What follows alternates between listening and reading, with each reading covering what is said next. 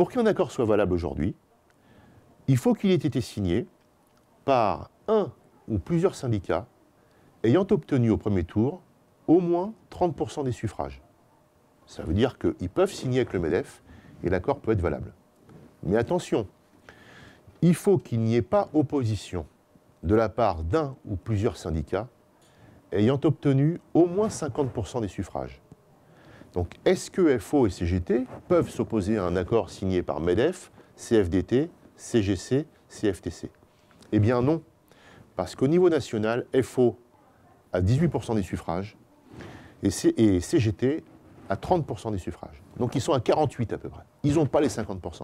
Ça veut dire que si la CFDT reste dans sa logique de signature avec le MEDEF, eh bien le MEDEF va passer tous les accords qu'il veut. En termes de retraite, en termes de grignotage des acquis sociaux, on va dire. Alors là, je ne fais pas de politique, on dit ça. Je suis factuel par rapport à ce qui s'est passé au niveau de l'accord du 11 juin 2013. Mais ça veut dire que la configuration, si vous voulez, compte tenu des élections que l'on a aujourd'hui, permet au MEDEF de faire passer ses accords, sa position, si la CFDT ou CFTC et CGC restent sur la même position qu'elle a eue lors de l'accord du 11 janvier 2013. Et donc pour CGT et FO, c'est un échec, c'est-à-dire qu'elle n'a pas les 50%, elle ne va pas pouvoir s'opposer aux accords futurs, et a priori, la politique telle qu'elle a été engagée dans le cadre de l'ANI du 11 janvier 2013 peut se poursuivre. Est-ce que ça va là-dessus? Est-ce que vous avez des questions? Non? Bon. Sachant encore une fois que quand c'est signé, eh bien, le gouvernement, quel qu'il soit, de droite ou de gauche, donne l'accord au Parlement, et le Parlement le vote. Alors, vous vous souvenez, à propos de l'accord national interprofessionnel, CGT et FO sont descendus dans la rue. Ils ont dit au gouvernement, mais comment vous pouvez faire passer comme loi, vous, gouvernement socialiste, un accord qui rogne sur les droits des salariés, notamment sur les licenciements éco, ou sur les délais de prescription. Nous vous demandons de ne pas appliquer cet accord, en tout cas de ne pas en faire une loi. Et à ce moment-là, il y avait des déclarations de Jean-Marc Ayrault qui disaient, mais les partenaires sociaux ont signé cet accord, les règles de validité de l'accord sont respectées, on ne peut pas le changer, il passera tel quel à l'Assemblée nationale. Donc que ce soit de droite ou de gauche, ça prouve la force de la négociation sociale. Alors, il n'y a pas que les suffrages au premier tour des élections professionnelles qui déterminent la représentativité des syndicats. Il y a également l'obligation pour eux de respecter 6 autres critères qui sont cumulatifs. Alors, quels sont-ils? L'audience, on l'a vu. Et à la slide de 28, on a donc les 7 critères aujourd'hui à respecter. Donc le respect des valeurs républicaines, ça on va y revenir, ça fait appel à ce qu'ils ont le droit de faire en termes d'action, si vous voulez, d'action revendicative. L'indépendance, c'est l'indépendance par rapport à un parti politique, mais surtout par rapport à l'employeur. Pour être syndicat de salariés, il faut être indépendant par rapport à l'employeur. Ce qui paraît logique, les employeurs ont leur propre syndicat. Sur l'interprofessionnel, c'est le MEDEF pour les grandes entreprises, la CGPME pour les PME, l'union patronale pour les artisans, et sur la branche professionnelle, eh bien, c'est le syndicat professionnel employeur concerné. La transparence financière. Les syndicats aujourd'hui, de par la loi du 20 août 2008, doivent avoir leurs comptes certifiés par un commissaire aux comptes et doivent avoir l'essentiel de leurs ressources issues des cotisations des adhérents. Alors, c'est un vœu pieux, parce que si c'était uniquement les cotisations des adhérents qui finançaient les syndicats, ils ne pourraient pas fonctionner. Donc ils sont subventionnés différemment.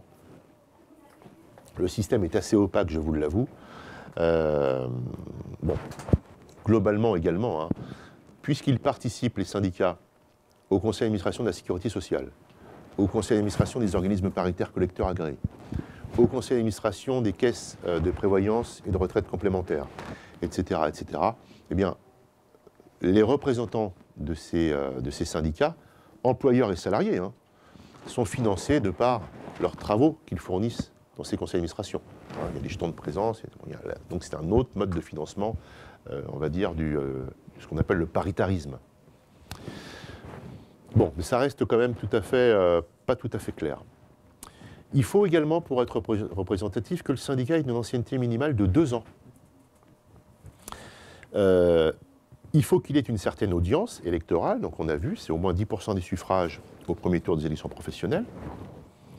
Il y a un critère d'influence aussi dont on va tenir compte, c'est est-ce que le syndicat a organisé des manifestations, des pétitions, des plaintes au parquet pour délit d'entrave, des déclarations dans la presse, etc. Est-ce qu'il a une certaine influence? Et enfin, est-ce qu'il a suffisamment d'effectifs et est-ce qu'il perçoit suffisamment de cotisations?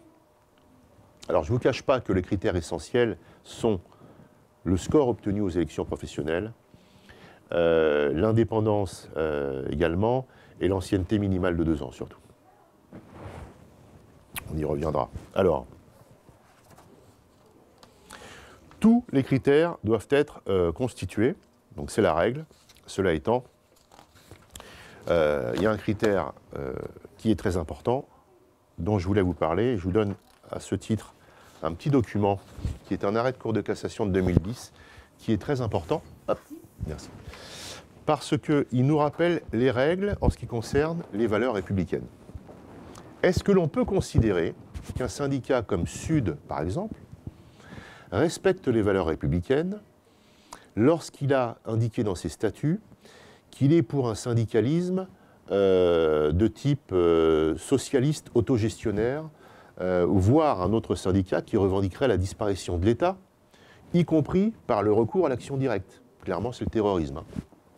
Donc, c'est l'objet de cet arrêt où il y a un employeur qui s'est retrouvé aux élections professionnelles avec un syndicat, le CNT, qui est un syndicat anarchiste, qui s'est retrouvé avec un syndicat élu avec au moins 10% des suffrages.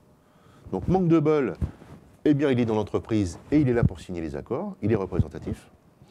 Et dans ses statuts, il y a la revendication d'un socialisme autogestionnaire, de la disparition de l'État, y compris par le recours à l'action directe. Donc l'employeur s'est dit, bon ça va, j'ai chez moi un syndicat d'extrême gauche, limite terroriste, sur la base du non-respect des valeurs républicaines, je vais contester son élection.